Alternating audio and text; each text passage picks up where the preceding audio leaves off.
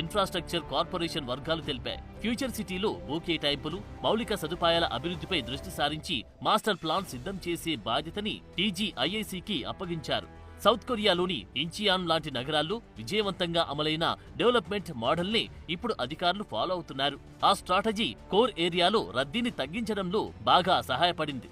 అంతేకాదు దాని చుట్టుపక్కల ప్రాంతాల్లో ఆర్థిక వృద్ధిని కూడా పెంచింది. ఫ్యూచర్ సిటీ అభివృద్ధితో హైదరాబాద్ నగరం మరో స్థాయికి వెళ్తుందనే అభిప్రాయాలు వ్యక్తమవుతున్నాయి. ఎఫ్సీడీఏ ఉన్న ప్రదేశం పరంగా అనేక ప్రయోజనాలు ముడిపడి ఉన్నాయంటున్నారు. దీనిని డెవలప్ చేయడం వల్ల గ్రేటర్ హైదరాబాద్, నార్త్, వెస్ట్ భాగాల్లోనూ సిటీ మరింత అభివృద్ధి చెందుతుందని లెక్కలున్నాయి.